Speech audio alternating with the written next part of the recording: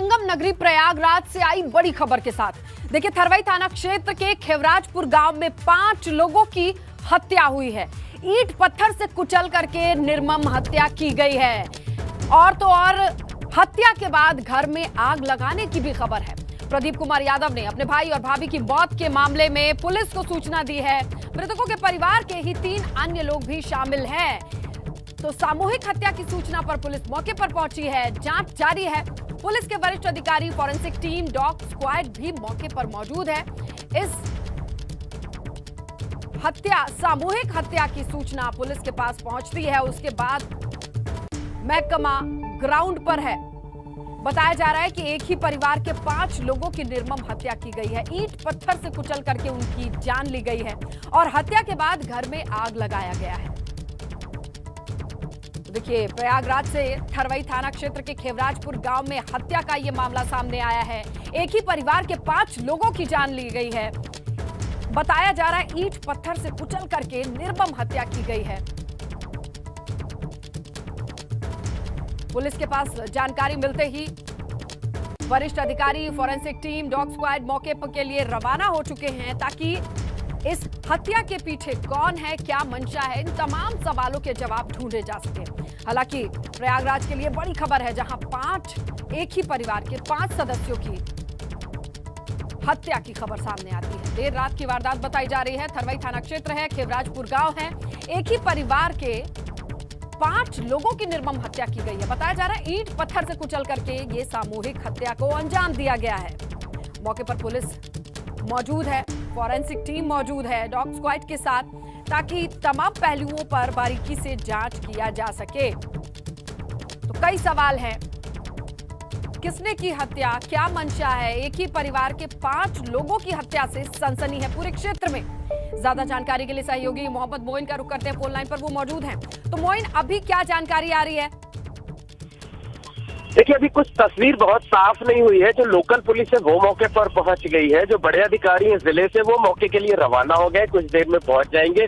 इसके साथ साथ जो डॉग स्क्वाड है, जो फिंगरप्रिंट एक्सपर्ट है, फॉरेंसिक एक्सपर्ट है, वो लोग मौके पर पहुंच रहे हैं। उसके बाद रिश्तेदारों का बयान लिया जाएगा। मौके पर जो क्लू मिलेंगे उनकी पड़ताल की जाएगी। उसके बाद ही किसी नतीजे पर पहुंचा जा सकता है कि आखिर पूरे परिवार की हत्या किसने और क्यों की।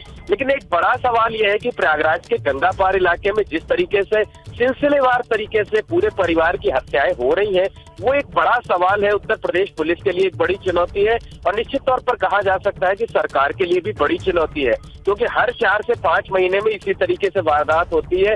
रात के अंधेरे में पूरे परिवार को मौत के घाट उतार दिया जाता है और ज्यादातर मामलों में पुलिस के हाथ खाली रहते हैं। जो आसपास के लोगों से रंजिश रहती है उसमें लोग जो है वो आरोप लगा देते हैं, पुलिस उनको गिरफ्तार कर जेल भेज देती है। लेकिन जो सीरियल किलिंग की घटनाएं हो रही हैं वो थमने का नाम नहीं ले रहे। तो निश्चित तौर पर ये एक बड़ी चुनौती है जिसे रोकना पुलिस के सामने एक चुनौती भरा कदम होगा कि कैसे इन घटनाओं पर अंकुश लगाया जाए, कैसे इन्हें रोका जाए। बिल्कुल, यहाँ पर पूरी तफ्तीश के बाद ही पता लग पाएगा मोइन, क्योंकि ये चौंकाने वाला मामला है। ईंट पत्थर से कुचल करके एक ही परिवार के 5 लोगों की जान लेकर के क्या मिलेगा, कौन है ये शख्स, और अगर वो समाज में छूटा रहा, पुलिस की पहुंच से दूर रहा, तब तो मुश्किल होगा ऐसी घटनाओं पर रोक लगाना। देखिए, बिल्कुल निश्चित तौर पर कहा जा सकता है कि पिछले शनिवार को ही इसी गंगापार इलाके में जो है इसी तरीके की एक घटना हुई थी, जहाँ पर एक ही परिवार के 5 लोगों को मौत के घाट उतारा गया था। और दोनों के जो घटना स्थल है बहुत ज्यादा दूरी नहीं, सिर्फ करीब 15 किलोमीटर की दूरी है। 15 किलोमीटर के अंदर इस तरीके की घटनाएं हुई है। और जिन सिलसिलेवार घटनाओं का मैं जिक्र कर रहा था वो भी जो है आसपास के इन्हीं इलाकों में होती है। तो पिछले अगर 10 साल की बात करें तो कम से कम 20 इस तरीके की बड़ी घटनाएं हुई है। और निश्चित तौर पर कहा जा सकता है कि इस तरह की घटनाएं जो है वो चिंता का सबब है। और ज्यादातर मामलों में पुलिस के हाथ खाली है। पुलिस या तो वर्कआउट नहीं कर पाई या सिर्फ रस्म अदायगी की गई है। जिनके खिलाफ कोई कहासुनी, कोई विवाद होता था, परिवार के लोग उसके खिलाफ तहरीर दे देते हैं, पुलिस उन्हें गिरफ्तार कर जेल भेज देती है और मामले को ठंडे बस्ते में डाल दिया जाता है। पिछले शनिवार को ही घटना हुई है। तो एक हफ्ते के अंदर लगभग एक ही इलाके में पूरे परिवार को मौत के घाट उतारा जाना निश्चित तौर पर कानून व्यवस्था के लिए भी एक बड़ी चुनौती है। बिल्कुल, ये बड़ी चुनौती है और इससे पार पाना बेहद जरूरी है। लेकिन बड़ी बात ये है मोइन कि अब लोगों की नजर में ये पूरा क्षेत्र आ चुका है, गंगा पार का ये इलाका आ चुका है। लेकिन ऐसा क्या है कि उत्तर प्रदेश पुलिस या प्रयागराज पुलिस यहाँ पूरे तरीके से जड़ तक पहुंचने में कामयाब नहीं हो पाई है? और आपने जिक्र किया कि सालों से ऐसा होता आया है। ऐसा क्या है कि तकनीक इतना आगे बढ़ने के बावजूद भी इस क्षेत्र में कानून व्यवस्था को सुनिश्चित कर पाना अभी भी चुनौती है? देखिए, इसकी सबसे बड़ी वजह यह है कि ना तो पुलिस इस मामले में बहुत इंटरेस्ट लेती है। दरअसल कहीं ना कहीं हर परिवार की किसी न किसी से, अपने पास पड़ोस के लोगों से, रिश्तेदारों से कभी कोई कहासुनी होती है, कोई विवाद होता है। और जब इस तरीके की घटनाएं होती हैं तो पहली नजर में जो रिश्तेदार होते हैं वो उन्हीं लोगों पर शक जताते हैं, उनके खिलाफ FIR दर्ज कराते हैं और पुलिस के लिए आसान ये हो जाता है कि जो लोग घर में बैठे होते हैं वो उन्हें उठा लाती है, उन्हें गिरफ्तार कर जेल भेज देती है और मामले की तह तक जाने की कोशिश नहीं करती है। हालांकि 2-3 मामलों में ऐसा हुआ कि जिसमें पुलिस ने गिरफ्तार कर लोगों को जेल भेजा, बाद में उन्हें छोड़ना पड़ा, उनकी जगह कुछ दूसरे लोगों को पकड़ा गया या पुलिस ने खुद उन्हें जेल से छुड़ाया है।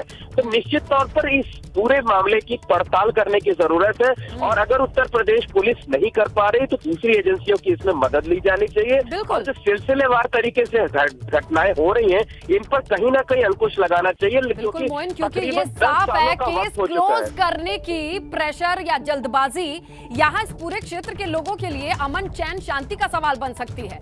क्योंकि अगर ऐसी घटनाएं बार बार हो रही हैं और उन पे अगर सही कार्रवाई हो रही है तो दोबारा ऐसी घटना, सेम घटना, सीरियल किलिंग, ये तमाम चीजें रिपीट होना कहीं ना कहीं सवालों के घेरे में पूरे व्यवस्थाओं को लेकर के सामने आ रही है।